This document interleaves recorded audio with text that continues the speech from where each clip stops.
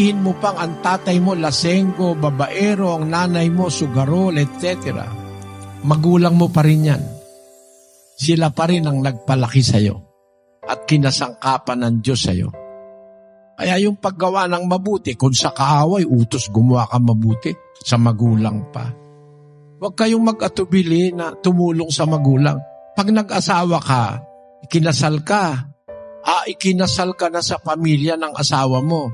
Mamahalin mo na ang magulang ng asawa mo, mga kapatid, mga pinsan, mga bayaw. May obligasyon ka na. Lumalawak ang obligasyon ng isang nag-aasawa. Ang pagtulong sa magulang at paggawa ng mabuti, hindi lang sa kapwa-tao na mahal mo, hindi lang sa mga taong kilala mo, kundi pati sa mga kaaway mo ay utos ng Diyos ng Biblia. Love mo ba ako? Siyempre. Bakit?